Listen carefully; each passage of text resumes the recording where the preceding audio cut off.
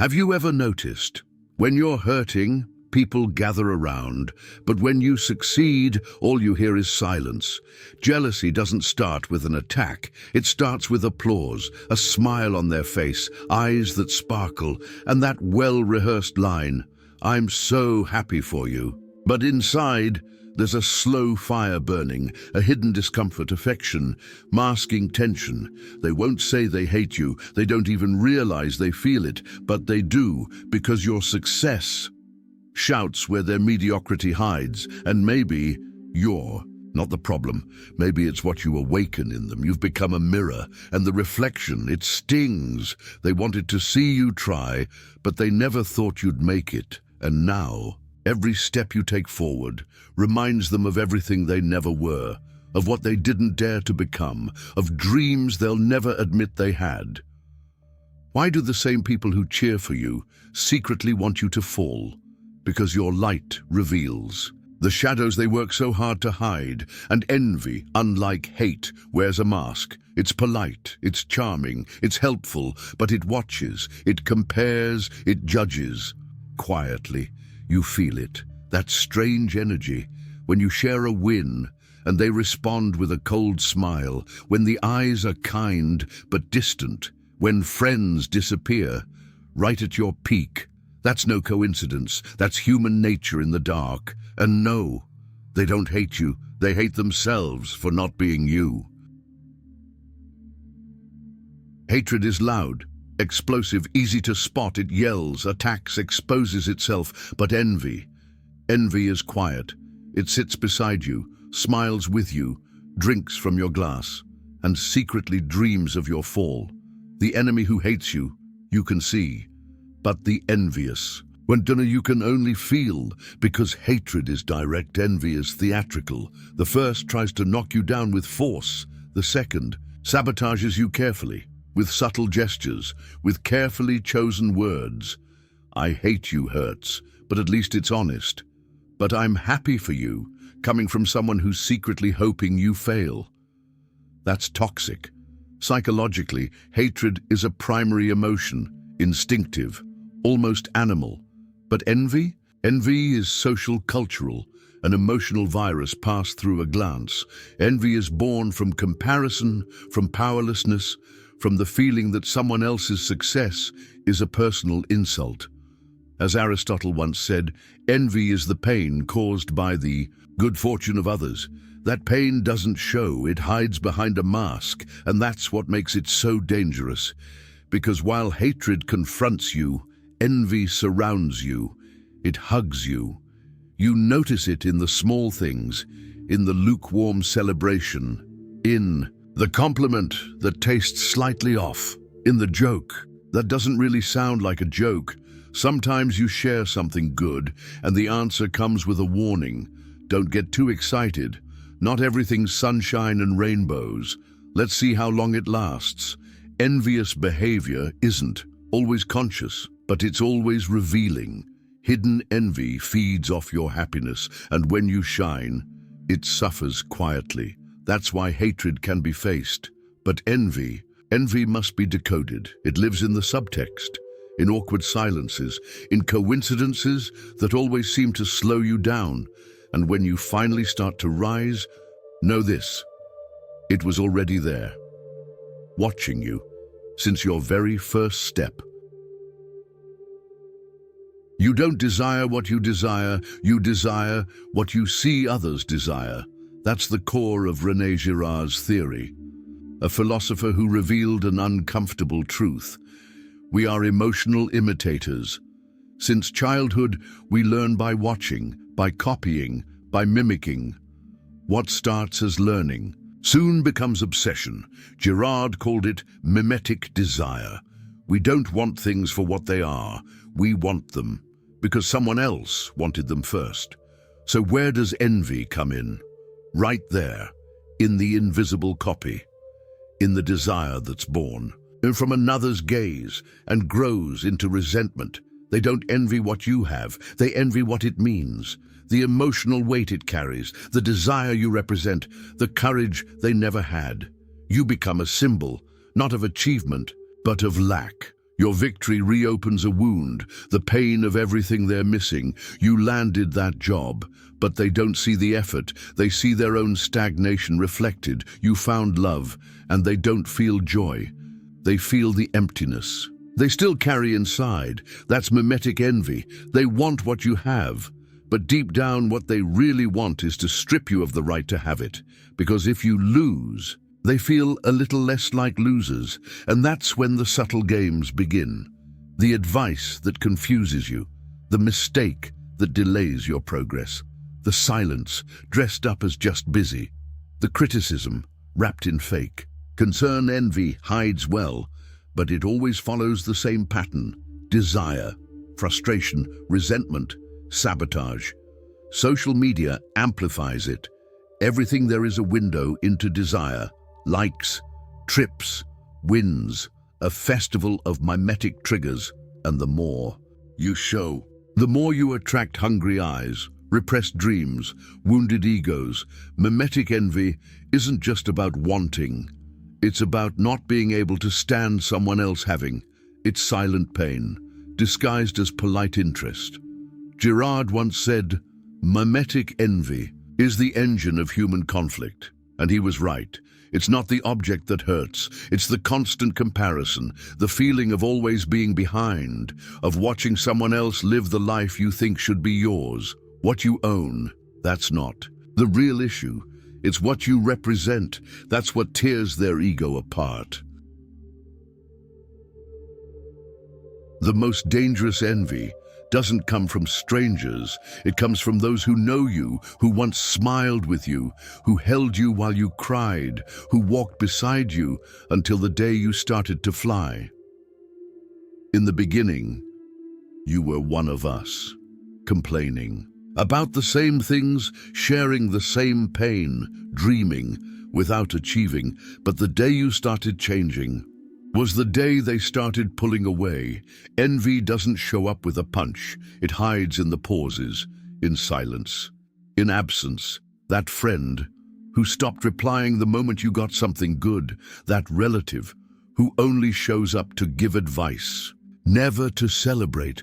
That person who once looked at you with pride and now stares at you with coldness. You catch it in the small comments. You've changed. Don't forget where you came from. Life isn't just about that. No, words laced with resentment, disguised as concern, as if your growth was some kind of betrayal, as if success was a moral flaw. That's the silent envy. It doesn't say, "I don't want you to succeed." It says, "I just don't want you to succeed more than me." And that invisible line, it breaks the moment you rise, when your name starts being mentioned. In rooms they've never entered, everything shifts. The criticism gets louder, the energy grows heavier, the strange behavior begins. You feel something's off. But you can't quite explain it, because disguised envy is subtle, passive-aggressive, strategic. Psychologically, it triggers defense mechanisms. Projection. They throw their frustration onto you. Cognitive dissonance. They need a reason why. You made it and they didn't. Minimization. They downplay your wins as not a big deal. And the most dangerous part? They convince themselves they're right, that your joy is arrogance, that your focus is coldness, that your success is ego.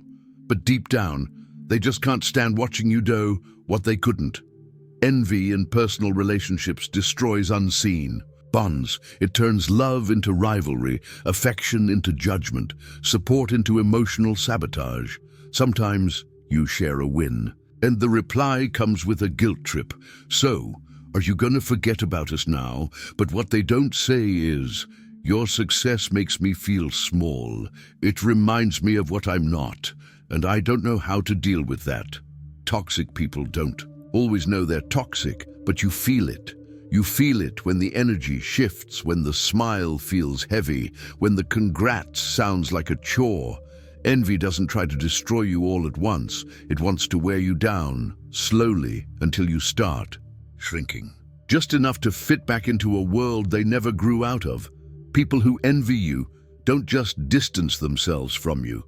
They disconnect from who they are. This emotional disconnection doesn't only hurt you, It eats them alive. Envy turns relationships into minefields where every interaction feels like a silent reminder that deep down, nothing ever feels like enough. They don't want to see you fall because they hate you. They want to see you fall because they can't stand watching you rise. There's something cruel and deeply human about someone else's success. It hurts, not because of merit, but because of the mirror it creates. When you win, you unintentionally reveal everything they are not, everything they didn't try, everything they pretended not to want, because they knew they couldn't reach it. Your success isn't just an achievement, it's a threat, an involuntary comparison, a living reminder that it's possible and that their excuses are no longer valid. This is the root of the darkest kind of envy. You did nothing against them, yet somehow your victory becomes a personal offense. They want to see you fall because your pain comforts them. It's ugly to say out loud, but it's a truth that echoes in the shadows of the human soul. When you stumble, slip, fail, they breathe easier, not because they want harm for you, but because your failure gives them relief. It's like they're whispering, "See, I'm not that far behind. He bleeds too, he messes up too, maybe. I'm not so lost after all." But envy is never a one-way street. It speaks to both sides. When someone envies, it's not just the other who pays the price. Envy corrodes the one who feels it. It creates a vicious cycle of bitterness and frustration. Anxiety grows, self-criticism spikes, self-esteem dissolves. The envious person becomes trapped in a mental prison where other people's success isn't just a threat, it's a reflection of their unresolved wounds, so your pain becomes their comfort. Not out of cruelty, but out of insecurity. They don't want your fall as revenge, they want it because it calms them. It's cruel, but it's real. Envious behavior feeds on your setbacks. That's how they maintain their fragile sense of worth. And the brighter you shine, the more they go blind. Your light irritates, it exposes, it shows everything they've buried in their shadow, everything they refuse to face.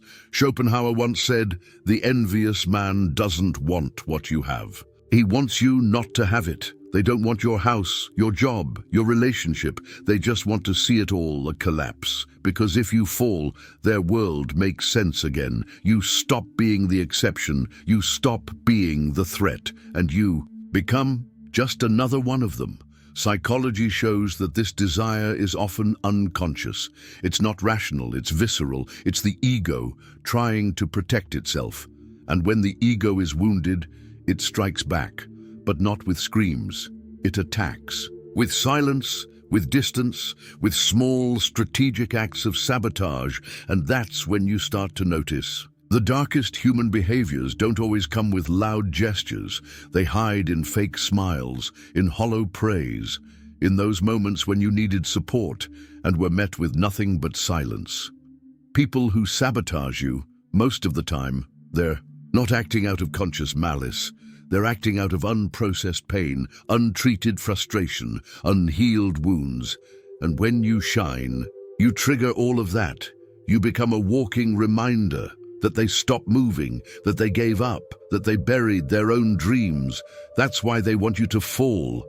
Because if you keep rising, they'll have to face the empty place inside them where their purpose once lived.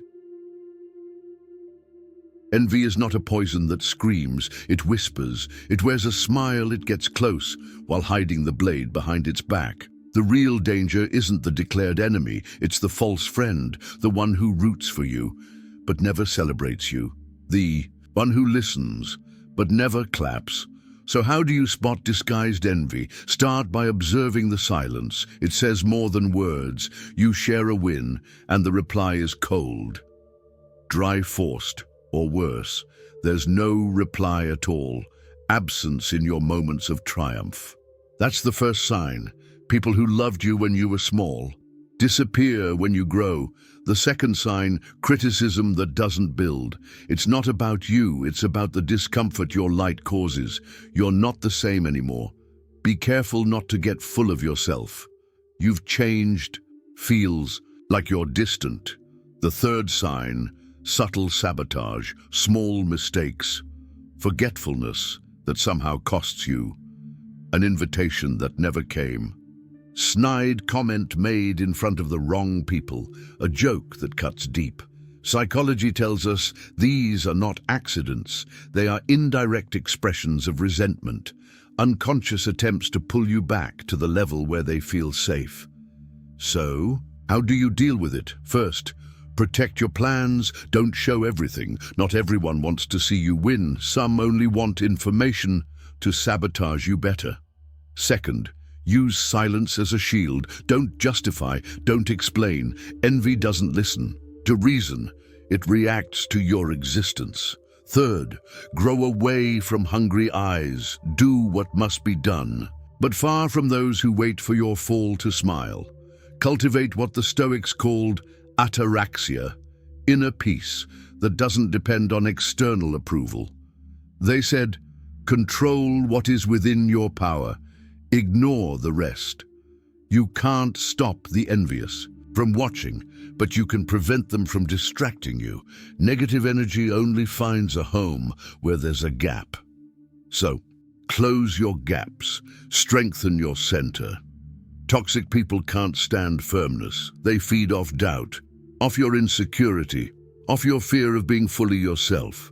So be whole, even if they call you arrogant, even if they say you're cold, even if they accuse you of changing. You didn't change, you just stopped shrinking to make others comfortable, and that is your greatest protection. Being yourself without bowing to the wounds of others' egos. But remember, envy is not an isolated feeling. It creates an abyss inside the one who carries it. The envious not only tries to bring you down, they lose themselves in the process.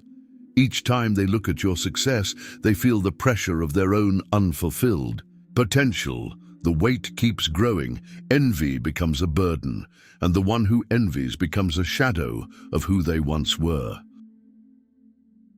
In the end, you realize it was never love, it was a mirror, and when the reflection became too clear, they couldn't bear to look anymore. The applause you once heard had an expiration date. They clapped loudly, as long as you were harmless. But the moment you grew, stepped forward, shined just a bit more, the sound vanished. It vanished because your rise revealed their disguise. False friends fall away. When the truth rises, you started making people uncomfortable, not because of arrogance, but because of authenticity. You became avoided, not out of malice, but out of power, because when you refuse to stay small, you expose all who settled. This is the cruel psychology of envy. Your courage reveals their cowardice. Your light exposes their unhealed shadows, and that's why they want your fall. Not because they hate you, but because they hate themselves for not being you. As René Girard said, we desire what others desire, and we hate those who become what we could not. You are not the problem. You are the trigger. You are the living reminder of what they could have become, if only they had tried. And that is unforgivable to those who run from their own truth. So stay silent, shine, but with protection. Grow, without explaining, and never forget, be feared in silence, because when you shine too brightly, even the closest eyes start to burn. How many rounds of applause have you heard that were actually the sound of disguised resentment? Think about it before you trust the next cheer. If this video made you reflect, share it with someone who might need this bitter truth. Subscribe to the channel, turn on notifications, and keep following to uncover the hidden forces shaping our lives. Until next time.